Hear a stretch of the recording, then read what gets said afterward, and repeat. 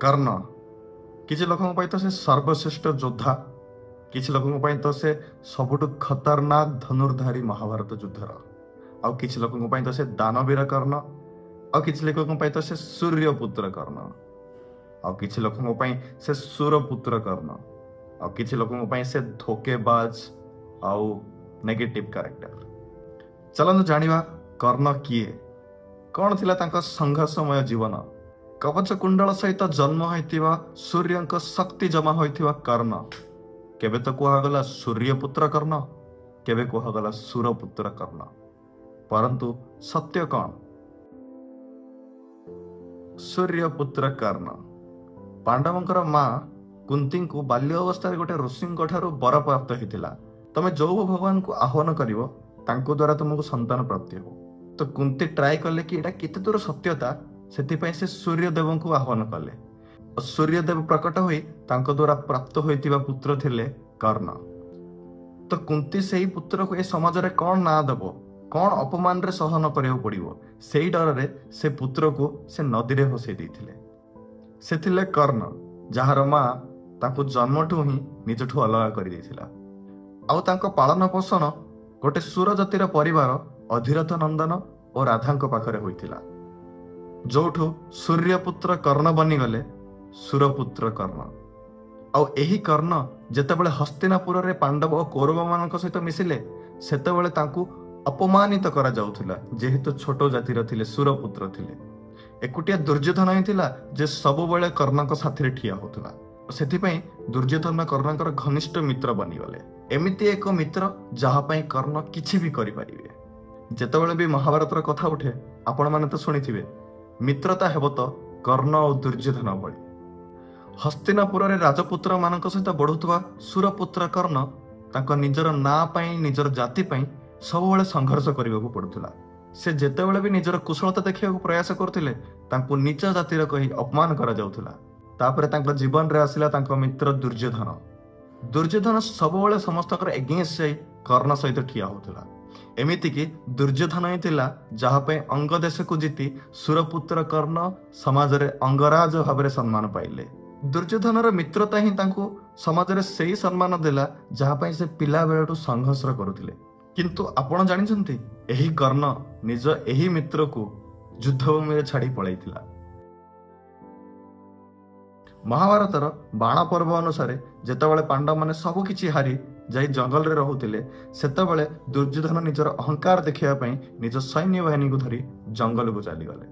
किंतु सेही जंगल रे गंधर्वंकर राज चलथिला और सेमाने कुरुसेना को एंट्री करिया को ही देलेनी। एही क्रोध रे पागल होई दुर्योधन निज भाई आ कर्ण को नै सेठी पहुंची गले। से गांधर्व मानक ऊपर अत्याचार करिदेले और युद्ध स्टार्ट ही गला।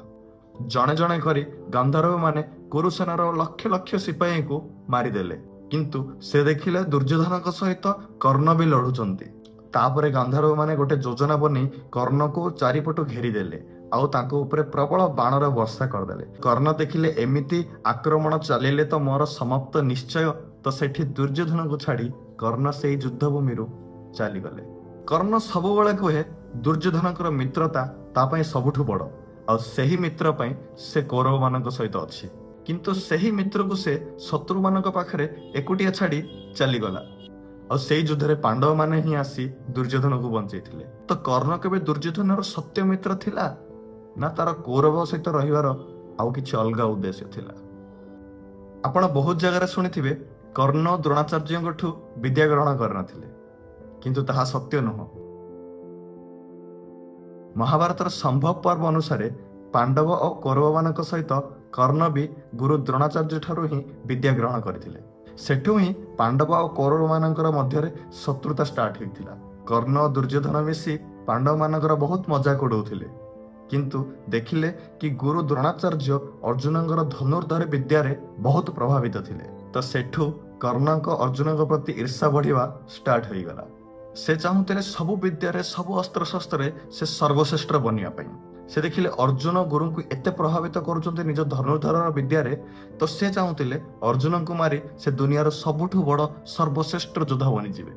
महाभारतर शांति पर्व अनुसार कर्ण द्रोणाचार्य को जाई कहिले, मु अर्जुन को युद्ध रे हरेवा को चाहूची, तो मते सर्वश्रेष्ठ विद्या ब्रह्मास्त्र विद्या दियंतु। द्रोणाचार्य कहले ब्रह्मास्त्र शिक्षा केवल गोटे ब्राह्मण किंबा तपस्वी क्षत्रिय ही जानी परिबे। बट कर्ण तो मानि ही नहीं थिले, केमिति भी तांकु से ब्रह्मास्त्र शिक्षा ग्रहण करियार अछि। तो एही जिद्दी तांकर छलर रास्ता अपनायाकू मजबूर कर देथिला। कर्णंकर ब्रह्मास्त्र शिखिबार इच्छा तांकु परशुराम पाखु पहुंचाई देला। एठी पुणी से अधर्मर रास्ता नेले, जोटा कि तांको जीवनर अंतर कारण भी बनीगला। महाभारतर शांति पर्व अनुसार कर्ण परशुराम पाखु जाई कहिला, मु जणे ब्राह्मण अटे आ मु आपणठू ब्रह्मास्त्र शिक्षा ग्रहण करने इच्छा करुछि। आ परशुराम तांकु स्वीकार भी करदेले। किछि दिन पर बहुत दिन व्रत रखी थकी जाइथिबा परशुराम कर्णंकर जंघ उपरे विश्राम नेले। तो सही समय रे गोटे भयानक कीड़ा आसी कर्णंकर जंघरे चोबई देला। गुरुंक निद न भांगी जाऊ कही कर्ण सही कष्ट चुपचाप सही जाउथिले। आ किछि समय रे ही परशुराम उठी गले आ देखिले कि कर्णंकर जंघ रक्ताक्त रे भरी जाइछि। तो यह देखि से कहले गोटे ब्राह्मण केबे एते कष्ट सही पारिबोनी, एइटा केवल गोटे क्षत्रिय ही करि पारिबो। सत कह तू किए? तो से कहिले ना से क्षत्रिय ना से ब्राह्मण, से जड़े सुरपुत्र। यह शुणी परशुराम बहुत क्रोधित होगले आ तांकु शाप्य देले कि छल ग्रहण करथिबा शिक्षा केबे भी काम देबनी। आ तोर जतला मरण सामना को आसीबो सेतबेले तू एही ब्रह्मास्त्र शिक्षा भूली जीव। महाभारतर उद्योग पर्व अनुसार जेतेबेले कुंती कर्णक सहित मिसिले से तांकु अनुरोध कले कि निज भाई मानकर अपोजिट रे न लढिया पई। किंतु सेतेबेले जे अर्जुन को पई तांको घृणा एते बढ़ी जाइथिला, से चाहुतिले कि एइदर से बंचिबो नहले मु। महाभारतर आदि पर्व अनुसार जेतेबेले कर्ण द्रौपदीकर स्वयंवर रे भाग नेबाकू जाइथिले, से सुरपुत्र कही तांकू सेही स्वयंवर रे भाग नेबाकू दिया जाय नथिला। आउ सेठी अर्जुन ब्राह्मण रूप रे आसी स्वयंवर को जीति गले आउ द्रौपदी सहित विवाह करनेले। ता परठू कर्णकर अर्जुन को प्रति ईर्षा आहुरी बढ़ीगला। दानवीर कर्ण कर्ण बहुत बड़ दानवीर थिले। आउ एहार फायदा इंद्रदेव उठेइथिले। इंद्र निज पुत्र अर्जुन को युद्ध रे रक्षा करिया पई से तांको ऋषि वेशरे आसी तांकोठू कवच कुंडल मागी नैथिले। कर्ण जेहेतु दानवीर थिले से सेटाकू देई भी देइथिले। जेतेबेले युद्धर समय आसिला कुरुक्षेत्र रे अर्जुन आ कर्णक मध्यरे लड़ाई चलीथिला। जेतेबेले अर्जुन तीर मारुथिले कर्णकर रथ बहुत पछकू पळौथिला, किंतु जेतेबेले कर्ण तीर मारुथिले अर्जुनक रथ दे पाद पछकू जाउथिला। किंतु सेतिरे भगवान श्रीकृष्ण जे कि रथर सारथी थिले अर्जुनकर, तांके अर्जुनक बदल रे कर्णर प्रशंसा करुथिले। वाह वाह। किंतु अर्जुन कहले भगवान एसबु कोन, मोर रथ कम पछकू जाउछि, तार तो बहुत पछकू जाउछि, आपण तार प्रशंसा करूछंती। तो सेतेबेले भगवान श्रीकृष्ण कहले एई सृष्टिर कर्ता धर्ता स्वयं मु तो रथरे बसिछि, आ तो रथर ध्वजा उपरे शिवंक अवतार हनुमान बसिछंती, ता पर भी से तर रथ को दुई पाद पछकू जाउछि। तो से केते बड़ योद्धा एइठु वर्णना करा जाउथला। जेहेतु अधर्म रास्ता बाछिबा हो, बहुत सारा साप्य हो, तार ए सबु तार जीवनर अंत घटिला।